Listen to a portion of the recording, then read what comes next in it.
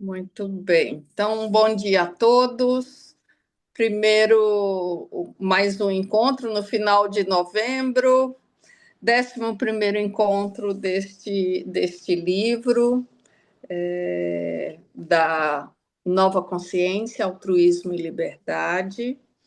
E a nossa leitora de hoje vai ser a Nina, mas antes da Nina começar a ler, a fazer a leitura a partir da página 175, a Cris vai ler um verso para a gente. Não importa que eu tenha uma opinião diferente da do outro, e sim que o outro venha a encontrar o certo a partir de si próprio, se eu contribuir um pouco para tal. Rudolf Steiner. Nina, Bem. Então, nós estamos no anexo 7, que fala das metamorfoses da vida anímica. É uma palestra de Berlim, é um GA 59, e se trata da missão da verdade. Aí o texto integral é a tradução do Jonas Bach. Então, nós Muito estamos na bem. página 175. Prometeu tinha alertado seu irmão Epimeteu para não aceitar esse presente dos deuses. Bom, a gente precisa pensar qual é o presente dos deuses. O presente dos deuses era a Pandora. Então, lembra que a gente estava lendo na semana passada que o Zeus ele estava desgostoso com a humanidade e aí ele iria destruir a humanidade.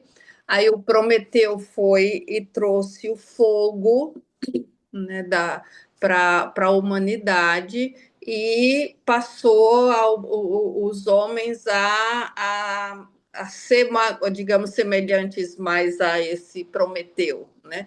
Por isso ele é castigado por Zeus. Prometeu tem um irmão que chama Epimeteu. E aí, como castigo para o Prometeu, Zeus oferece a primeira mulher, que seria a Pandora.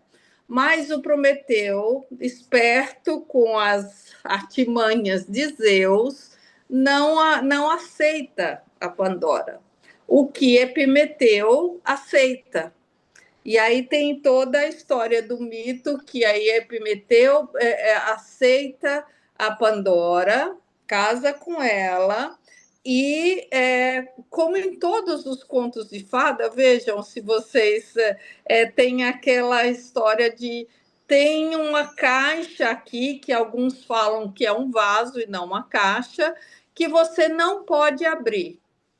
E aí fala da característica, então, olha, todos os contos, tem um quarto aqui que você não pode abrir, tem uma coisa que você não pode abrir. Vários contos trazem isso e traz uma referência que é a curiosidade. Então, a Pandora não resiste a essa curiosidade e aí alguns falam assim comum as mulheres, e aí ela abre essa caixa ou esse vaso. E esse vaso continha todos os males da humanidade, as doenças, as guerras, todos os males. Então, ao abrir essa caixa, ela liberta esses males para a humanidade. Então, a humanidade passa a ter acesso as doenças, a guerra, a desunião, tudo isso. E aí imediatamente aquele vaso é fechado e a única coisa que ficou naquele vaso foi a esperança. Ou seja, um mal que na esperança não é o mal, mas um mal que não combate a esperança, né? Então, a esperança pode atuar no mundo, porque aquele mal que iria entre aspas, matar a esperança ou combater, não foi libertado. Então, é mais ou menos nesse lugar que ele retoma. Mas ele tá trazendo aqui, vamos só retomar, que é para todo mundo ficar na mesma página, que existem duas verdades, né? A verdade do pensamento reflexivo, que é aquele ato de refletir do humano, né? Quando a gente olha para algo que existe no mundo externo, a gente pode, por exemplo, a natureza, a gente pode olhar e pesquisar sobre isso. Então, é um pensamento reflexivo que está ligado a Epimeteu, esse pensamento reflexivo. E aí tem a outra verdade que ele vem falando, que é a verdade do pensamento produtivo, que é esse pensamento que se obtém antes da experiência, que não é quando eu olho e penso a respeito da natureza, né? Ele não aparece nessa observação externa. É algo que é mais interno, é quase que mais espiritual essa verdade. Então, essa verdade mais espiritualizada e uma verdade que é a partir do que eu vejo do externo. Né? Então, Prometeu está ligado a essa verdade mais espiritualizada. E o Epimeteu a essa verdade que se olha no externo. Então, e a Pandora, ela tem nessa versão como a alma, né, como a mulher que reflete essa alma, né, humana.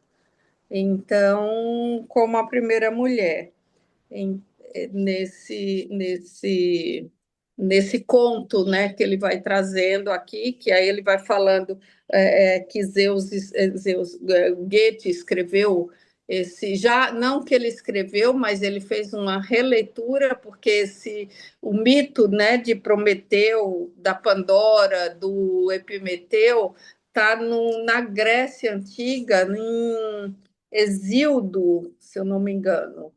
Então, o Goethe pega este conto, né, ele faz essa releitura e depois o Steiner pega o que o Goethe escreveu, coloca nessa reflexão que ele traz sobre a missão da verdade. E vai falando sobre esses dois modelos de verdade. Então, um modelo mais espiritual, se eu puder interpretar assim, um modelo mais espiritual, um modelo mais terreno, né? Um modelo mais que você olha para as questões, né? A partir do externo, do que eu observo na natureza. Dos sentidos, né? É. Muito bom, Márcia. Ótimo. Muito bom. Então, Prometeu tinha alertado seu irmão Epimeteu para não aceitar esse presente dos deuses, mas o irmão aceitou. Esse presente é aberto porque Epimeteu é diferente de seu irmão e todas as angústias humanas saem dali. Somente uma fica lá dentro, a esperança. O que é Pandora? O que devemos sentir dessa possuidora de todos os dons? Nela se esconde verdadeiramente um mistério da alma humana. Aquilo que permaneceu com o homem reflexivo no mundo é o produto morto, a imagem espelhada, abstrata dos pensamentos mecânicos forjados por Hefesto. Essa sabedoria é importante diante daquela sabedoria criadora, universal, que fez o mundo brotar de si. O que essa imagem espelhada, abstrata, pode oferecer? Vimos como essa verdade pode ser estéril, como ela pode desolar a alma humana. E compreendemos que da caixa de Pandora saem todas as angústias do ser humano. tudo que pode atuar na alma humana, causando desolação. Temos que ver em Pandora a verdade impotente para a criação, a verdade reflexiva. Ela representa para nós apenas a imagem dos pensamentos mecânicos, uma verdade reflexiva, formadora do mecanismo de pensamentos no meio do elemento criativo e vivo do mundo. Somente uma qualidade permanece na caixa para o mero pensador reflexivo. Enquanto o pensador criativo conecta seu eu com o futuro, se liberta de si mesmo e passa a viver dentro do vindouro, fica para o pensador reflexivo, em relação ao futuro, a esperança de que as coisas acontecerão. Porque ele mesmo não participa como pensador criativo dentro do processo vindouro. Resta-lhe apenas a esperança. Goethe concebe o mito bem profundamente ao fazer surgirem duas crianças em seu drama Pandora, do casal Epimeteu e Pandora. Uma criança é a esperança Elpore, e a outra criança é Epimeleia, a cuidadora que protege o que existe. De fato, o homem tem duas crianças em sua alma, dois rebentos da verdade morta, abstrata, concebida mecanicamente. Ela é estéril e não atua no futuro, porque é apenas uma verdade reflexiva e que só pode refletir o que já existe, mas não pode ser ativo criadoramente.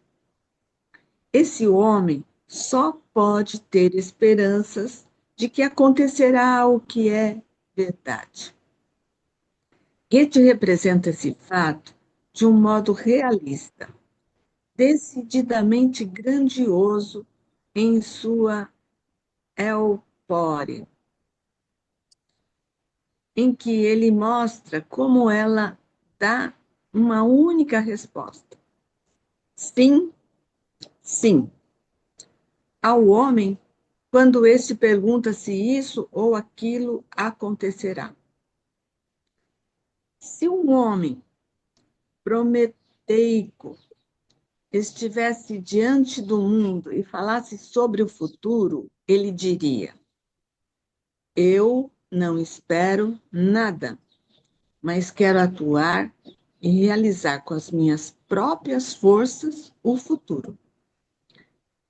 Porém, se o homem é apenas um pensador reflexivo, ele dirige seus pensamentos ao que aconteceu e, diferentemente, passa a ter esperança. Pois, em relação à pergunta se isso ou aquilo acontecerá, Elpore sempre diz: sim, sim. Nós a ouvimos responder constantemente. Com isso, a filha do ser reflexivo da alma está caracterizada de modo excepcional e delineada em sua esterilidade. A outra filha dessa força da alma é aquela que toma conta, que tem cuidado pelo que já existe.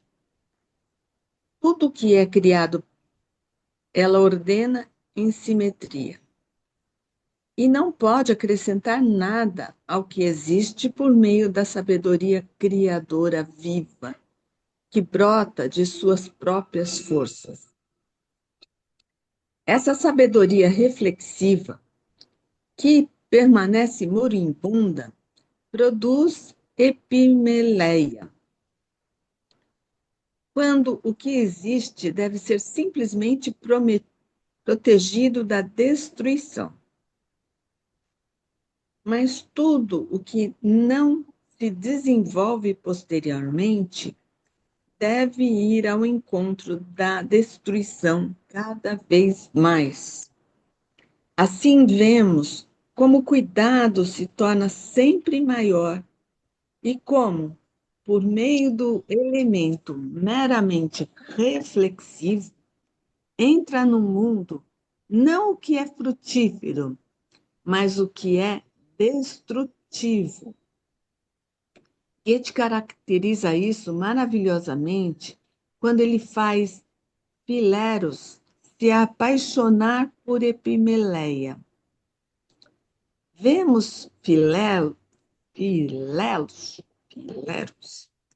ardendo de ciúmes, perseguir Epimeleia, a qual encontra os irmãos titãs proteção contra ele.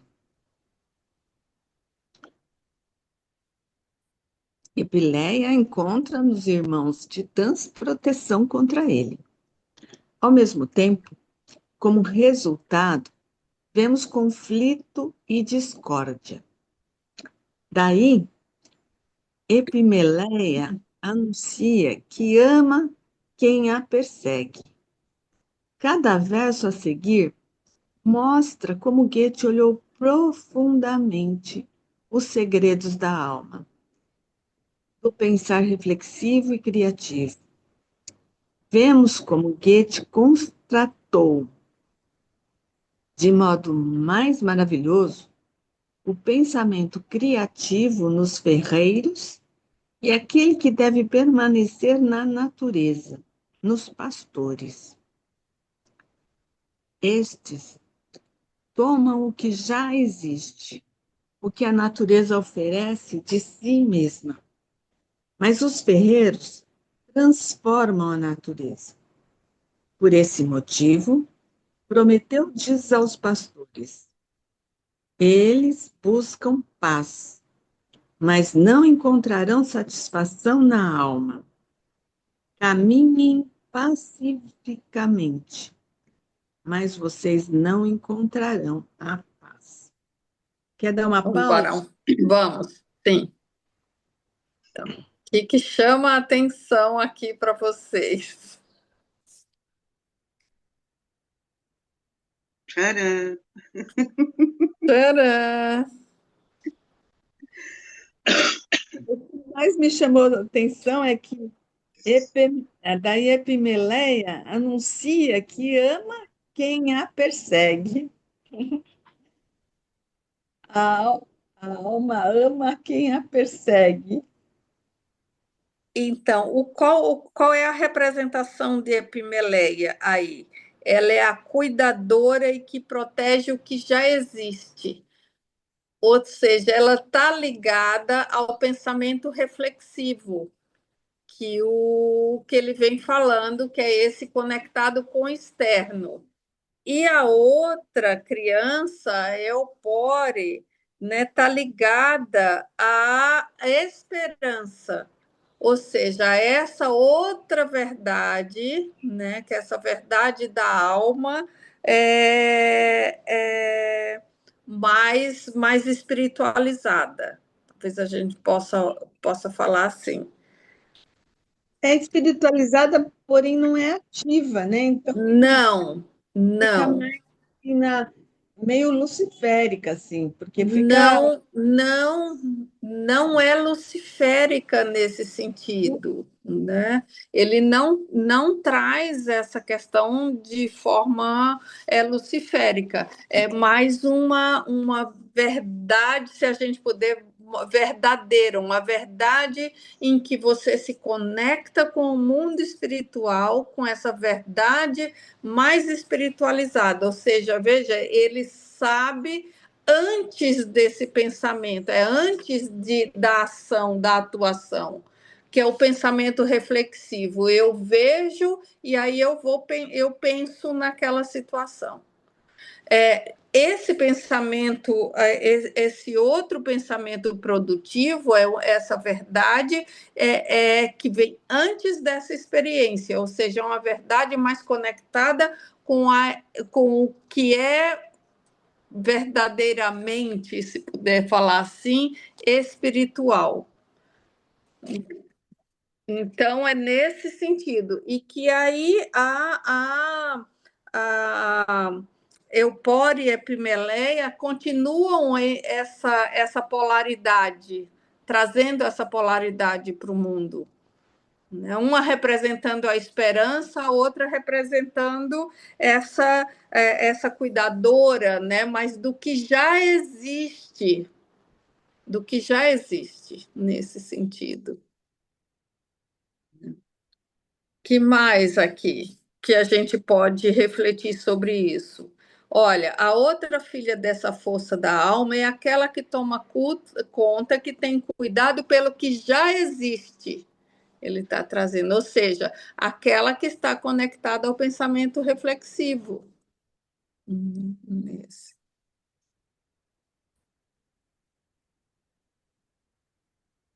Que mais? A gente vai pedir para o Ronaldo, na semana que vem, fazer um apanhado disso tudo, tá? Eu fiquei com uma dúvida, Márcia. Sim. Quando ele fala da Eupórie e da Epimeleia, ele diz que as duas são criação quer dizer, na verdade, do Goethe, né?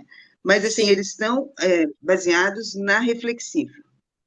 E a Eupórie, apesar de ser, ela só fala sim, sim. E a Epimeleia, ela é a cuidadora. Mas quando a gente fala, quando você pensa que na espera, mas elas estão no pensamento reflexivo. Quando você fala sim, sim, e aí é interessante quando ele fala assim, pois em relação à pergunta se isto ou aquilo acontecerá, Eupórie sempre diz sim, sim. Nós a ouvimos responder constantemente.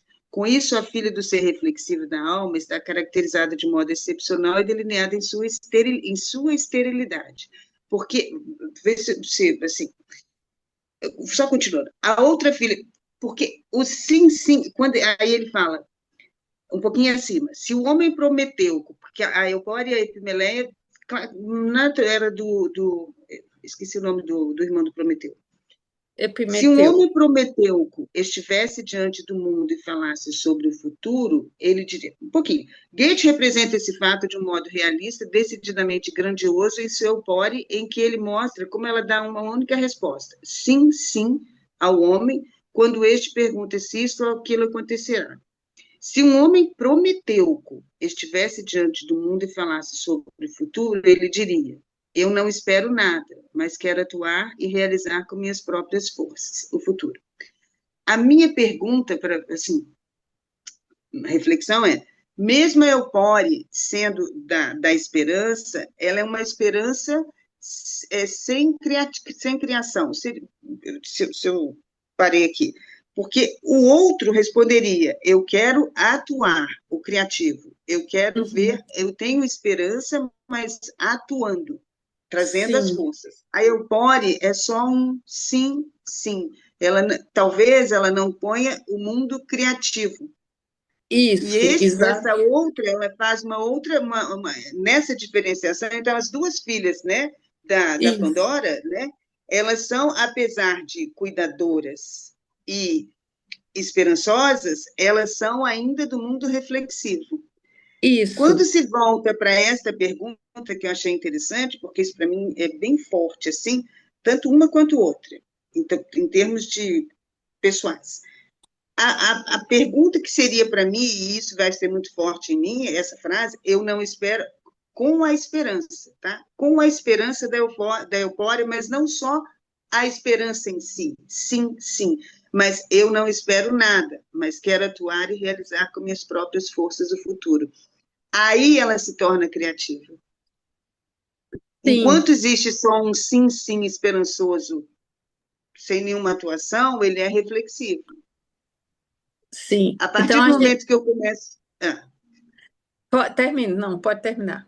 Termine, tá bom. Eu acho que passando do reflexivo para o criativo, é que é aquele momento em que se fala, eu tenho esperança, mas eu não espero nada, mas eu quero agir com as minhas forças para que essas esperanças tenham alguma realmente função neste mundo. Estou errada ou não? Não, a gente pode olhar assim a partir disso, me parece, e depois a gente vai pedir ao mestre Ou não? para arredondar Não. isso. É que assim, quando é que acontece uma verdade que ressoa internamente? Quando Isso. é uma verdade que é pensada, quando é uma verdade que ela se transforma em ação no mundo. Acho que Sim. ele está falando aqui dessas verdades, né? Uma ligada a essa ação no mundo, né, que eu trago, uma verdade que, ao pensar, ela ilumina esse pensar, que está ligada a esse Prometeu, a essa verdade que o Prometeu traz.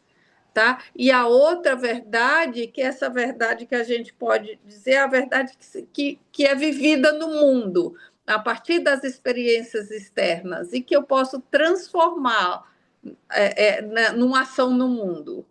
Uhum. Me parece que está nessas Nesse âmbito. desses dois âmbitos. E que ele olha aqui, que são todos esses dois âmbitos são como se fossem faces da alma. Porque ele mais para frente ele fala assim: Goethe olhou profundamente os segredos da alma, do pensar reflexivo, lá na página 177, e do criativo. Uhum. Veja, então são duas formas, né, ligadas a duas formas de pensar. Essa do criativo, que é essa dessa conexão espiritual. Eu não vou criar, eu não crio, se eu me conecto com o espiritual, isso eu tenho. E eu trago na ação para o mundo. Isso. Né? O exemplo dele é muito bom, né? Quando ele põe o ferreiro e o pastor, né? Isso. Então, percebe? Né? Isso aí que ele vai falando dessas esse estômago que já existe, o que a natureza oferece de si. E os ferreiros transformam a natureza, ou seja, a partir da ação no mundo. Sim, que é essa frase que eu disse, entendeu? Isso. Que é muito interessante isso. A Não partir disso que eu faço, não adianta eu ter uma esperança só, eu tenho que trazer essa esperança para o mundo real e fazer algo. Isso. Né? E o pastor e o ferreiro, é porque eu já me adiantei, tá? É porque eu já tinha. O pastor e o ferreiro, eles mostram isso bem, né? O pastor, ele só cuida daquilo. O ferreiro vai ter que fazer uma metamorfose, vai ter que fazer uma vai construção. ter que ter uma ação no mundo e construir aquela ação no mundo para ser vista. Por isso, ele vai falando aqui dessa. Eu acho que é bem perfeito isso, né? Desses dois aspectos da alma mesmo, né? Então, me parece que tá mais por esse aspecto, né? De que forma que eu vivo essa verdade, é uma verdade mais conectada no espiritual, mas ancorada também na ação, né? Nesse. Então, caminhem pacificamente, mas vocês não encontrarão a paz. Olha como ele diz. Por esse motivo, Prometeu diz aos pastores: eles buscam a paz, mas não encontrarão a satisfação na alma, porque vem da ação. Porque vem ela cuida, essa. mas ela não age, né? Isso. Não tem algo para o mundo. Isso. Então, como é que eu coloco, né? Essa ação no mundo que é para ter essa mudança? Eu posso trazer essa paz, mas a paz só vai estar ali no mundo se eu acho que conectada a essa ação também. E a alma, né? Isso, exatamente. Se eu não transformo, a alma não cresce, né? Exato. Ela só Vamos, cuida. Eu cuido do que eu já tenho, mas eu eu, não transformo o que eu tenho, o o que que está eu dentro de mim. tenho, isso, que é É o cuidador, o pastor faz isso, né? Ele cuida que é das esse Penelope. ovelhas, daquilo que ele já tem, né? Mas, de fato, quem é que transforma a matéria é É, o ferreiro. Ele pega algo bruto, veja, a gente estava falando um pouco antes da costura, e você estava falando do tecido, né? Da beleza de ter ali o tecido lá, um tecido é apenas um tecido. Agora, o que eu vou fazer com isso? Se eu corto, eu vou fazer uma roupa, eu vou fazer uma arte, qual é a criatividade? O produto que vai vir a partir sim, daquilo vem de uma ação. exatamente. Senão eu vou só olhar para aquele tecido e dizer eu tenho um tecido. Um tecido. É um tecido, É. E né? tem uma outra coisa, se deu uma coisa do tecido, né? Que também eu posso fazer no tecido só o que eu sei. E essa agora me Sim. veio ontem a canseira que eu estou nessa roupa que é diferente para me fazer e quero aprender. Eu posso fazer só o que eu sei, mas eu quero Uhum. mais. Eu quero outra coisa. Eu quero aprender mais. E aí vem a alma querendo assim, é quando ele diz, Isso, né? Caminhem pacificamente, mas vocês não encontrarão a paz. Se você ficar repetindo, repetindo, isso. repetindo aquilo que você sabe, você não vai, sua alma não cresce, né? E Sim. você não atua no mundo. Isso, exatamente. E aí, quando você faz essa atuação no mundo, o que acontece? Você traz um fortalecimento do seu eu. Eu acho. Né? Você sai daquela crença de eu não sei fazer, eu não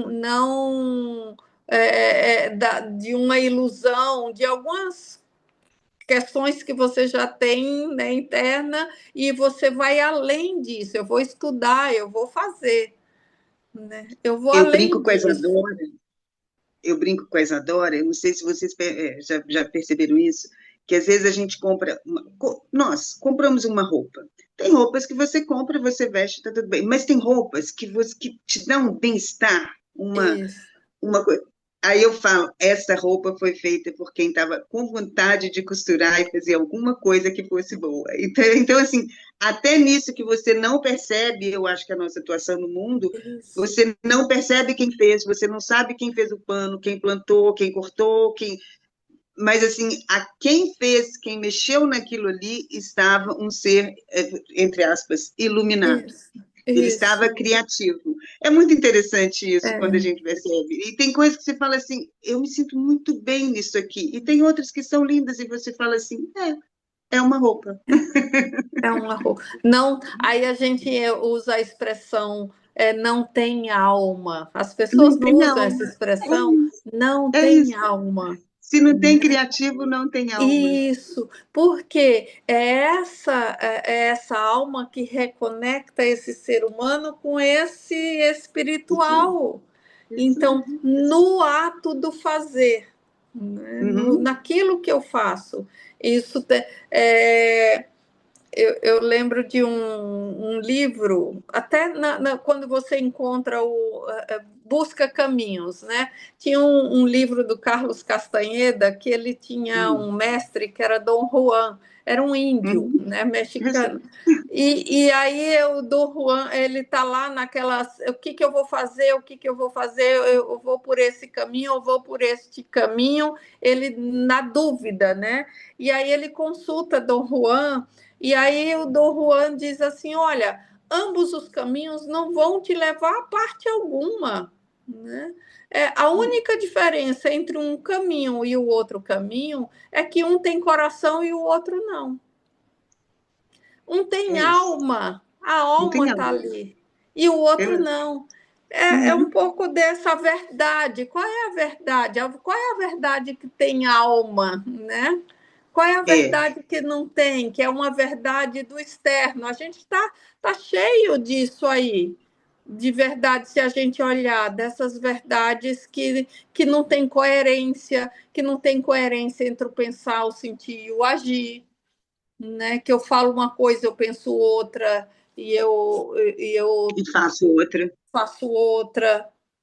Na Então, terapia artística, quando a gente mexe com argila, que, que é o, né, você vai, assim, a Gabriela Celtz, que para mim era uma terapia, nossa, maravilhosa, que já se foi, né? E aquilo, assim, e não só ela, várias, tá? Na minha estudo, várias.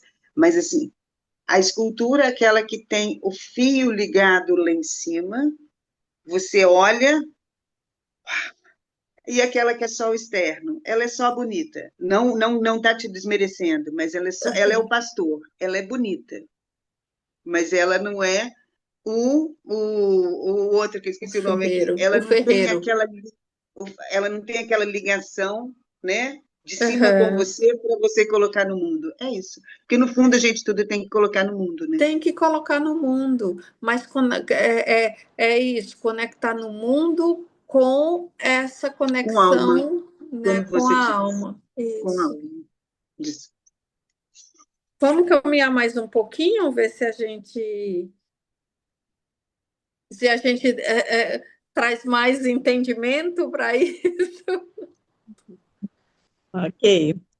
O infrutífero da natureza conduz a tudo aquilo que só quer conservar o que já existe, o já existente. Assim, Goethe confronta as verdades reflexivas e produtivas nas imagens de Prometeu e Epimeteu e todas as personagens ligadas a eles. Eles são representantes daquelas forças da alma que podem resultar em uma tendência unilateral, demasiadamente forte, e a uma aspiração humana pela verdade de uma espécie ou outra. E depois que o mal foi causado pelo que atua unilateralmente na alma humana, depois que vimos como o mal é provocado se a pessoa é apenas uma pensadora reflexiva ou uma pensadora produtiva, vemos se evidenciar no final que só pode trazer a solução a colaboração conjunta de ambos os irmãos titãs. O drama continua com o surgimento de um incêndio em uma propriedade de Epimeteu. Prometeu, que está disposto a demolir o que foi construído, caso sua finalidade não seja mais válida, aconselha o irmão a correr urgentemente ao local e fazer tudo para deter a destruição. Porém, em Epimeteu, toda a consciência da destruição esvaneceu. Ele pensa na imagem de Pandora e está completamente mergulhado no pensamento reflexivo. O diálogo entre Prometeu e Epimeteu sobre a própria Pandora também é interessante. Epimeteu está delirando em relação à Pandora. Prometeu: a forma sublime também se aproxima de mim da antiga escuridão. Até mesmo Hefesto não a conquista uma segunda vez. Epimeteu: tu também mencionas a ilusão fabulosa de tal origem? Ela descende da antiga e poderosa raça dos deuses, Uranione, parentes de Hera e a irmã de Zeus. Prometeu: pois Hefesto, ponderando bem, a adornou ricamente, trançando uma rede dourada para sua cabeça com mão astuta.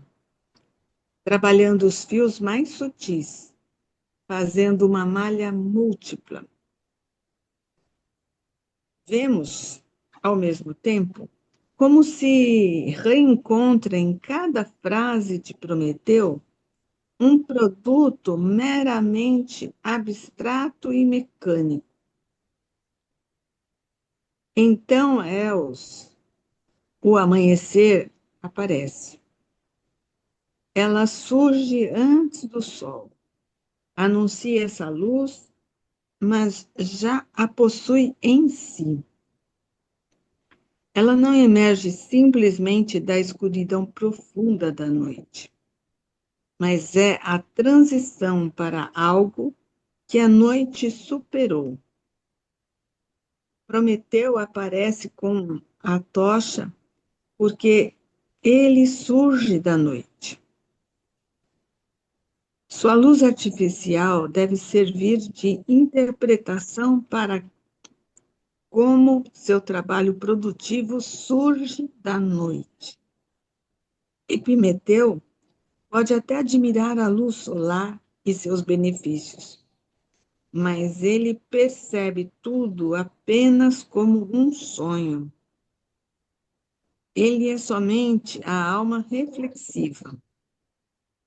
O modo como a luz pode escapar à atenção da alma criativa de Prometeu fica evidente no que ele fala na luz do dia.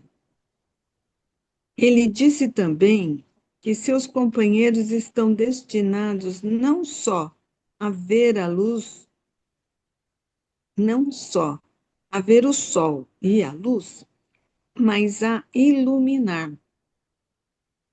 Agora aparece Eros, o amanhecer, a aurora. Ela exige que as pessoas façam o que é correto em toda parte e sejam ativas. Fileros deve se conectar com as forças que lhe possibilitem se salvar, depois que ele já buscou a morte. Ao lado dos ferreiros que fazem o trabalho limitado com o pensamento reflexivo, e ao lado dos pastores que aprendem o que já existe, entram os pescadores que cuidam do elemento água. E agora vemos o conselho dado por Eos. Rubor da juventude, florescência do dia. Hoje, mais bela do que nunca, de profundezas não descobertas do oceano, trago-lhe para cá. Mas depressa desperta-me de seu sono hoje. Tu, que habitas do mar a enseada, por rochedos cerceada. Sérios pescadores, renovados de abastecedouro. Mãos à obra. Espalhai rapidamente vossas redes, cercando a conhecida maré cheia. Na certeza de uma bela pescaria, clamo a vós com ânimo. Nadai, nadadores. Mergulhai, vós, mergulhadores. Observai, ó observadores, sobre o rochedo. Rapidamente, tanto no mar quanto na costa, que abunde atividade. Vamos parar aqui? Vamos.